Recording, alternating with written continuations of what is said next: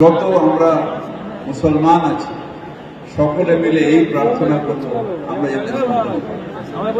আমরা যখন নিশ্চিন্তে তেলাওয়াত শুনছি, যখন আল্লাহর বাণী শুনছি, আল্লাহর নাম নিচ্ছি, সেই সময় সদূর প্যালেস্তাইনে আমাদেরই মুসলমান ভাই তাদের মেরে দেওয়া হচ্ছে, কুচলে দেওয়া হচ্ছে, বাচ্চাদের উপরে অত্যাচার হচ্ছে, বোম ফেলে তাদের মেরে দেওয়া হচ্ছে।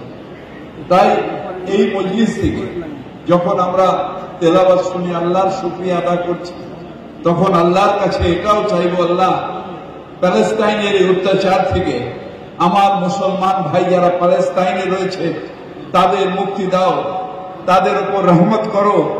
তারা তোমার এই কোরআন তেলাওয়াত তোমার দিন রাত আল্লাহু আকবার করছে, তাদের উপর এই যে ইসরায়েলি জুলুম যেটা হচ্ছে এবং তার পেছনে যে আমেরিকান শক্তি তাদের নাস্তানাবুদ করছে, তার ব্যাপারে আল্লাহর কাছে রহমত প্রার্থনা করি।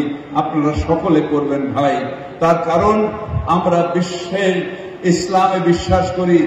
এক ভাই যখন ওখানে আক্রান্ত হচ্ছে, এক ভাই আনন্দের সাথে থাকতে পারে না, সেই ভাইয়ের মনের মধ্যেও কষ্ট হয়।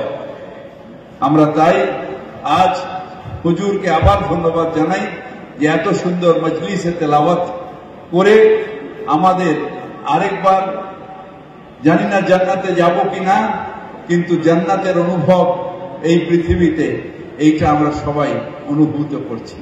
আপনাদের সকলকে আবার আসসালামু আলাইকুম জানিয়ে আমি বিদায় নিচ্ছি। আমাদের রাজ্যের